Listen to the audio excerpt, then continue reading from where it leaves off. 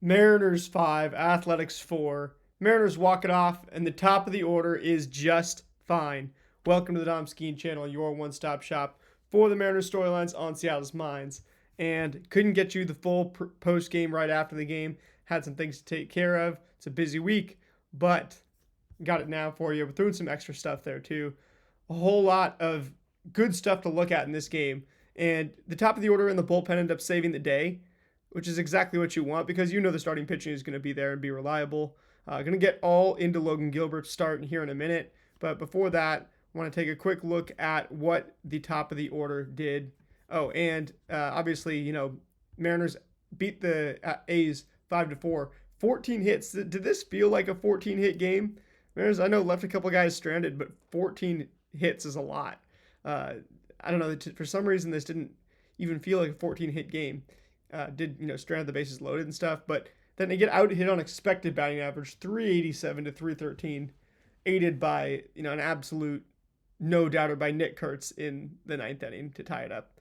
But let's focus on the good stuff. So the top of the order, everybody in the 1 through 5 holes gets a multi-hit game. J.P. Crawford 3 hard hits, 2 for 5, 2 runs scored. Cal Raleigh 3 for 5, a double and a homer, 2 runs scored. Hey, look at these, batting averages. They're getting right up to where, they're about to be where you want them to be. Julio, 2 for 5, a hard hit, RBI. And then Josh Naylor, 3 for 5, run scored, RBI. That was the game-winning run that he drove in. Randy Rosarena, 2 for 3 as well. Even though it felt like, okay, does Randy really feel as locked in as these top guys? I'm not sure. He's just finding a way to produce. And a double himself, an RBI. Not striking out. His batting average at 290 is just a joy to watch right now. Obviously, Rayleigh, Garver. Garver checks in with a double himself. A hard hit ball right there. Good to see him get on the board with an extra base hit. Is that his first of the season? I think it might be. And then Dom Canzone obviously only gets 2 at-bats. One with the bases loaded, but it is what it is. Ref Snyder over 1, but drives in a tying run, absolutely crucial with a hard hit. Then Cole Young over 4, but 3 hard hits, absolutely unlucky. Dan Wilson said the same thing in the post game interview. Said in the post game press conference, he said, "I thought Cole, smoked some balls to the outfield, a word that he loves to use. When guys are hitting it hard." That just didn't fall for hits. But I think Cole Young is playing great baseball right now, and the results are about to show it, like they were earlier in the season. Then Leo Rivas checks in with a base knock himself that gets the ninth inning started. And the Mariners finally, we're going to talk about Joel Kuhnel in a minute too. But really, yeah, you got to give credit to the bullpen and stuff. But Logan Gilbert, looking at what exactly happened with him, you see, the pitch chart here, not as much in the zone as he usually is. You see the curveball in the zone a decent amount. You don't see as many of these four-seamers in the zone. You don't see as many of, maybe just some keeping the cutters inside on the right-handed hitters. But if you, and really, away from the lefties as well. But you look at Logan Gilbert's start, and 4 innings pitched, 6 hits, 3 runs, 3 earned, 3 strikeouts to 2 walks, 89 pitches, 8 hard hits, 14 swinging strikes though, and then a 92.8 mile an hour average exit velocity. Looks like the stat lines from his rookie season. He was challenging hitters like crazy without getting bang for his buck. He was challenging guys to get the strikeouts and then not quite getting the strikeouts, but getting a whole lot of swinging strikes.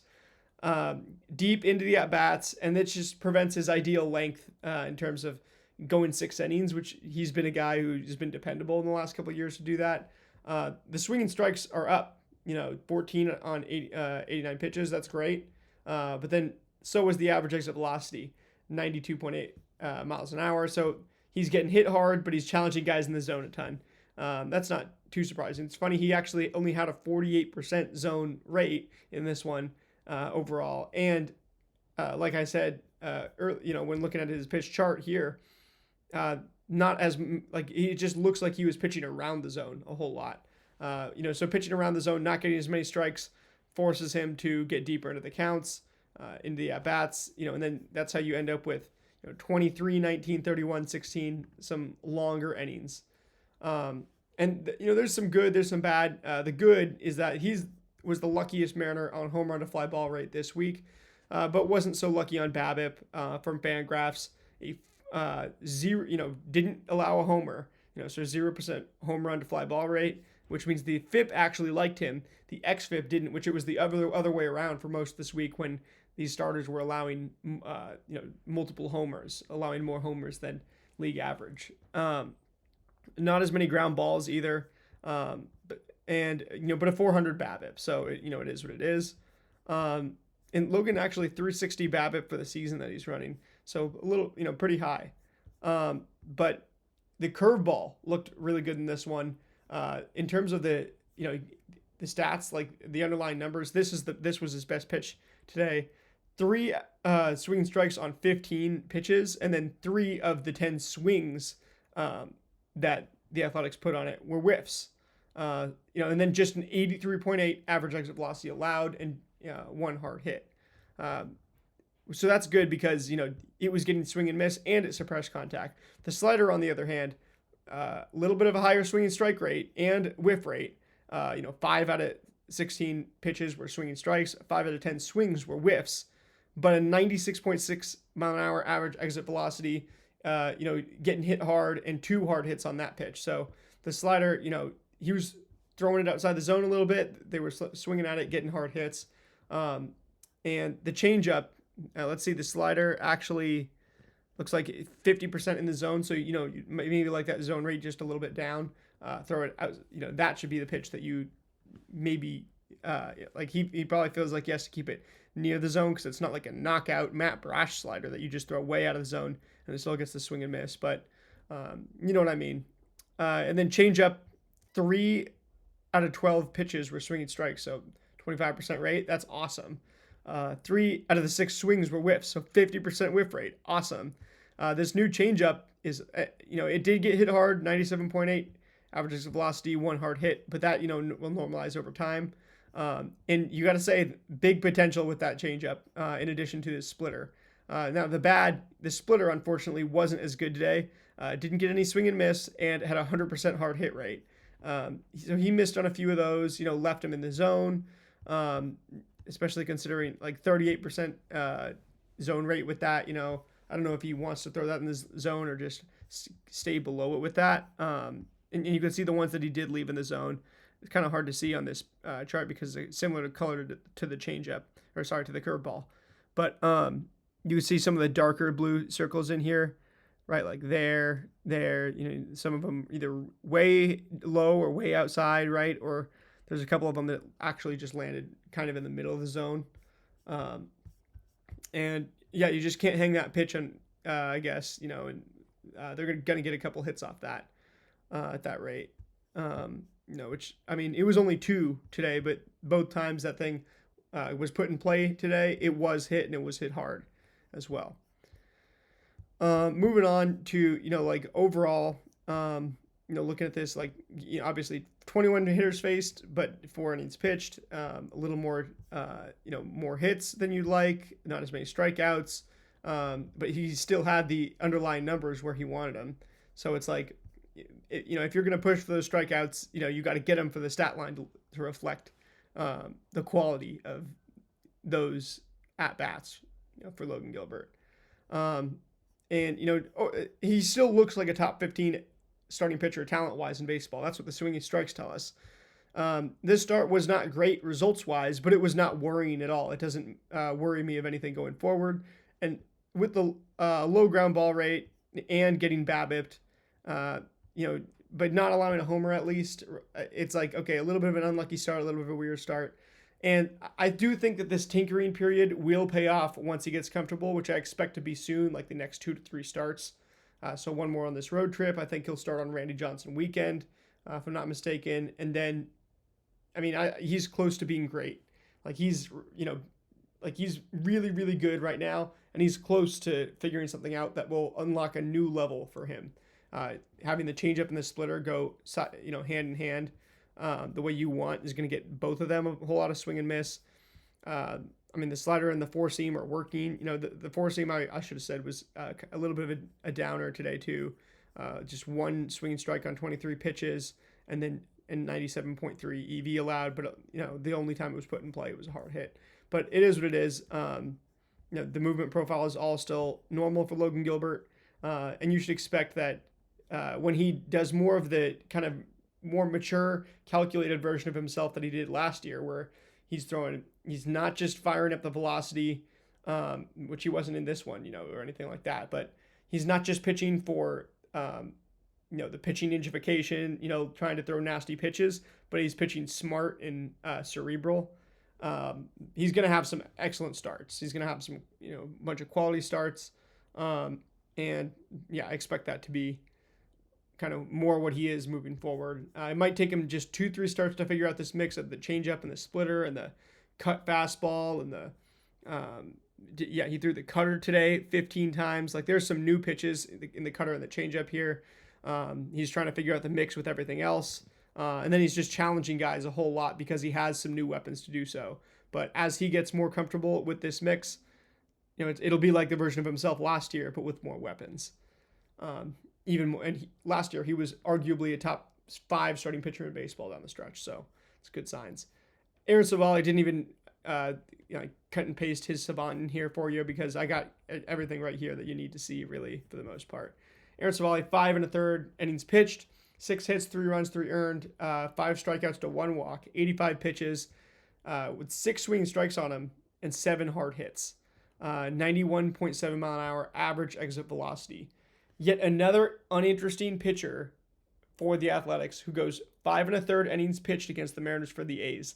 All 3 starting pitchers for the A's in this series, JT Ginn, Jacob Lopez, and Aaron Savali, get taken out after getting 1 out in the 6th inning.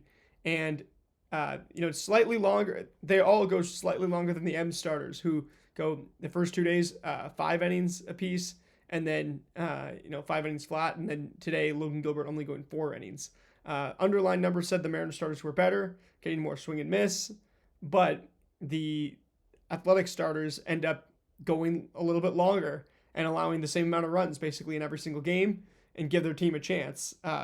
So just by the 2 metrics of how many runs did you allow, how much length did you get us, the Athletics kind of won the starting pitching battle in this game, or in this series, which is it's annoying. That's something that definitely annoys me.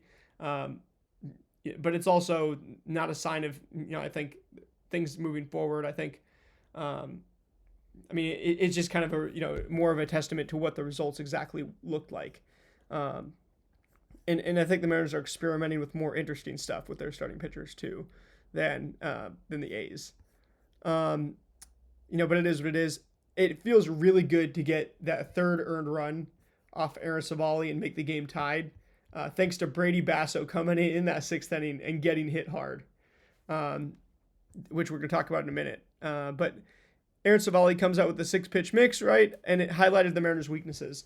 So he has a splitter, which he usually only throws 7% of the time.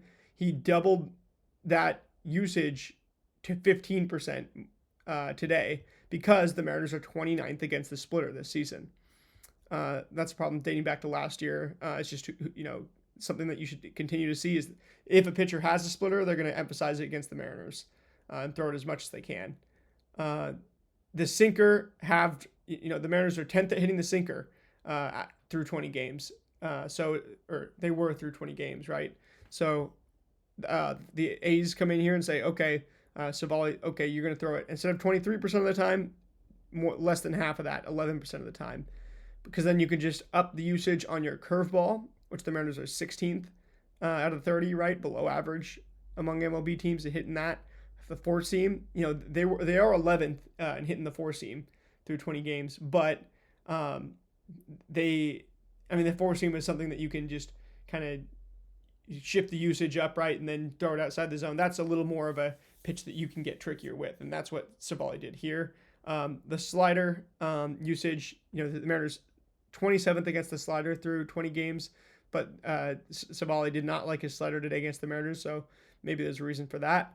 And then his cutter usage down as well, just a little bit. Even the Mariners are 17th against the cutter this season.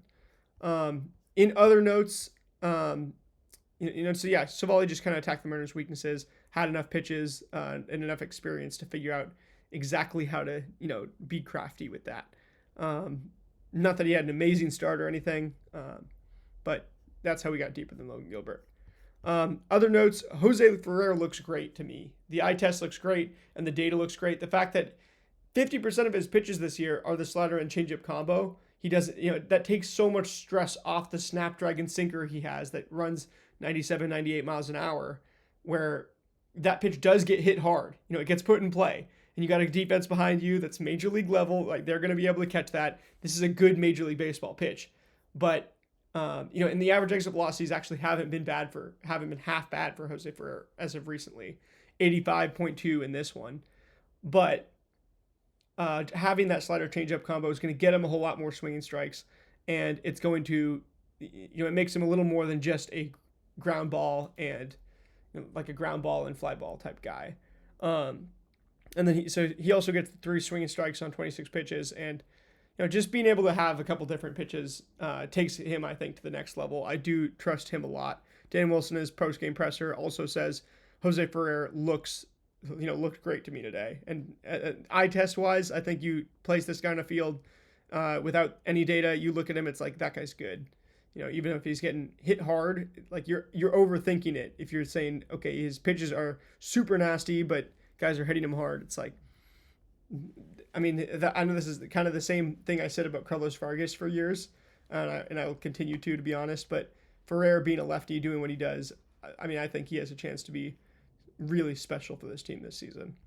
The other notes, the Mariners light up as soon as Aaron Savali comes out, 1 out in the 6th inning.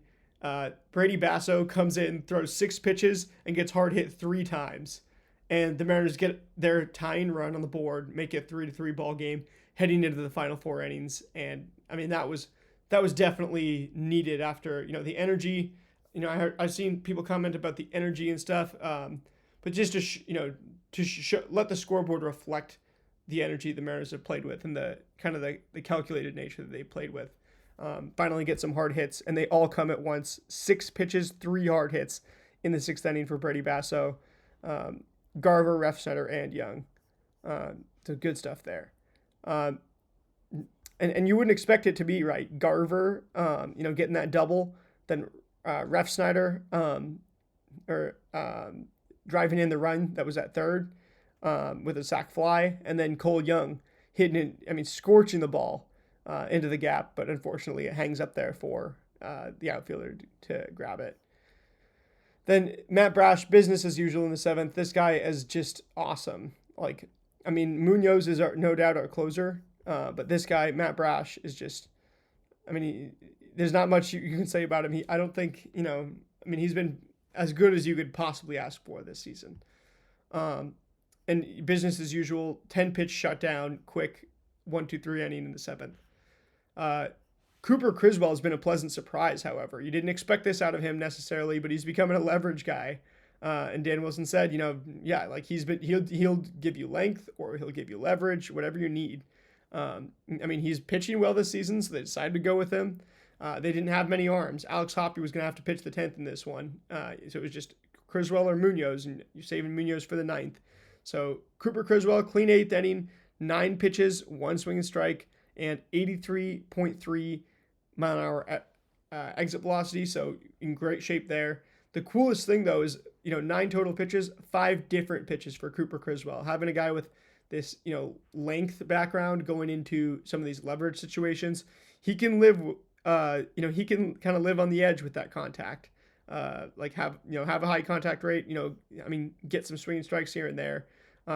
He's just a funky guy. And I'm not sure if it'll, keep up for a full season, the rate it's at right now, but, there might be a book on him by the All-Star break, of how to hit him. Certain teams might develop that with great scouting departments, but, Criswell is a guy who is going to pitch leverage, it looks like, for the moment, when the Mariners need it and when their bullpen's depleted.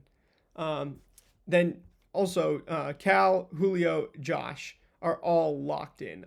This is their week. I said before the week, of the starting pitching you're seeing this series, this week, and in general, I guess the pitching, because the bullpen, you finally get to the A's bullpen today, which, oh boy, I've got to add one more little thing.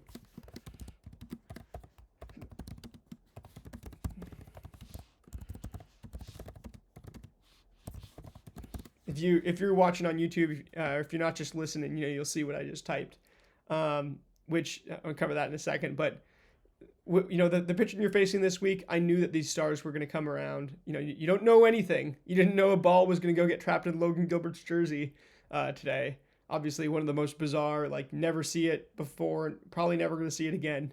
The ball literally gets hit right back at Logan Gilbert, and then goes through the button-up part of his jersey, and then ends up in his jersey, and it gets ruled a base hit. That felt like unlucky. Felt like, that's one of those times where every fan base is, if that happens, is going to feel like things are going against them. But it is what it is. I guess it was, technically in the rules that did lay it out to where that's a base hit. But back to the, topic at hand, it's like, you don't know what's going to happen, but I had a great feeling about the way that Cal, Julio, Josh are all swinging the bat. And, their stats are starting to really reflect it, too. They're all getting hot. And then also Cole and JP, too. And so each of them both have three hard hits on the day. So I think, that's like 5 regulars. Your rule of 5 when constructing a lineup, you want 5 regulars who you really trust to play every day. Cal, Julio, Josh, Cole, JP, and then once you add Brendan Donovan back in there, you got 6, which leaves room for the platoons. And I'm not even mentioning Randy Arozarena, who's got the highest batting average of any of the regulars on this team. So you're in great shape. You're going to have 7 regulars once Brendan Donovan is healthy. And that's praying that you get good health out of all your guys at the right time or at the same time. Then we got to talk about Joel Kuhnel, because I am very pro player. I like to think of myself as very pro player, pro human being, but I looked at Joel Kuhnel and his 328 expected batting average allowed, which now is up to 357. And yet I looked at his ERA at 0.00 coming into this series. And his batting average against at what was it, 105 batting average against, where he's got a 328 expected batting average. I'm like, this is going to come home to roost this series. This is, the Mariners' batting averages are low for some of their players, for especially the stars. This guy's got this extremely low batting average against. And one thing, the Mariners' stars' batting averages should be higher, and then this guy's batting average against should be lower. So things are going to normalize. The teeter-totter is going to go one way, right? Just like the playground, and it did. It absolutely did. The Mariners go out and get Joel Kuhnel, tag him for his first earned runs of the year, by the way, where Monday and today. And in this one, 2/3 of an inning, 4 hits allowed, earned run that lost the game for them on 11 pitches, 3 hard hits. Leo Rivas 2 for 2 against Joel Kuhnel, absolutely owns him this season. I hope we see that matchup again, and I would absolutely take Leo to get the knock there again. The way that Cal, Julio, and Josh just came up and knocked the ball around on him, just so fun to watch. And even on Monday, where Cole and Leo both just laced hits on him. This is a guy who, he's 6'5", 290. He's got the size. He's had a lot of success to begin the year, getting a whole bunch of saves, 4 saves, but he is not striking guys out. He doesn't have a very interesting pitch mix. I call a lot of pitch mixes interesting and say why, the team uses it and stuff. I'm not sure exactly what prompted the A's to put Joel Kuhnel in that closer role to begin the season. It obviously worked out for a little bit. But I am curious what the big reason for, he's got a cutter that is kind of like, moves like a gyro slider almost, less than 6 inches or around 6 inches of rise, 6 to 10 inches of really more than it's more like 6 to 12 inches of rise, and then a little bit of like glove side movement, like 6 inches or less of glove side movement for this cutter. I don't, and that's what he uses 30% of the time. Then he uses the sinker 62% of the time, and it's just kind of a regular sideways sinker, around 20 inches, 18 to 20 inches of horizontal movement, and just a regular amount of rise as well. He's kind of just a regular dude. Like his pitches move about MLB average, a little bit less vertically. I just felt like this is where it normalizes for Joel Kuhnel. This is the buck stops here, and I'm so glad the Mariners were the one to knock Joel Kuhnel's ERA all the way from 0.00 up to 2.35. So it's still, in good shape compared to, most closers around the league this season. But that 357 expected batting average for him is sitting pretty. I can't wait for the Mariners to face this guy again. That's the guy who I want to be facing. And I think that's going to do it. But I do have one comment question for you guys today before we go on the road trip. So, comment question of the day: who will power the Mariners offense on this Midwest road trip at St. Louis and at Minnesota? You get 3 at St. Louis this weekend, then you get 3 at Minnesota to close out April, then before having a day off and returning home for Randy Johnson weekend. Let me know who you think is going to power the offense. For me, I'm saying, I hate to say 5 players, Kyle, Julio, Josh, Cole, or JP. So I'll just to make it fun, right? I'll choose 3. I'll say, Cal is just locked in. I'm going to say Cal, Cole, and I haven't really checked the pitching matchups. I don't know if there's lefties or righties or what, but I'm going to say Cal, Julio, and Cole Young. I think, but JP and Josh, honorable mentions, not to mention Randy, and now I'm just listing the whole lineup. So we're going to get out of here. Go ahead and give an answer in the comments below. Judging by my answer of 5 players, you don't have to obviously be too like you can be pretty liberal with how many names you throw out. You don't have to be like narrowing it down to one name because it's a team sport. You can't have one guy power on offense anyway. So that's exactly how you want it. Mariners dominated the zone this series, I would say, to some degree. I think, but that's like once this Mariners team gets back to dominating the zone, the way that we know that they can, I think it's going to be over for the rest of the AL West. And as long as you go 1-0 every pitch, stay stoic, give all glory to God, you can't lose. It's going to take 1 through 26 on the roster today. Cooper Criswell, Leo Rivas came up big. This weekend you're going to have other guys come up big. Alex Hoppy's probably going to make his major league debut on the road. It's good stuff. And we say all that to say, go Ems. I'll see you guys back here this weekend. Going to be on the roads, so this is going to be the first post games that I don't record in this setup at home, but I'm going to get you guys these post games. I'm not sure exactly what times. I'm traveling for a wedding. But yeah, let me know. Keep all the support coming, comments, likes. Make sure to subscribe. If I see those numbers doing well, motivate me to give you guys some long stuff, even when I'm on the road, in whatever setup I'm in. Mariners go on the road, I go on the road, and then we return back next week. I will see you guys. I will see you guys this weekend. Go Ems.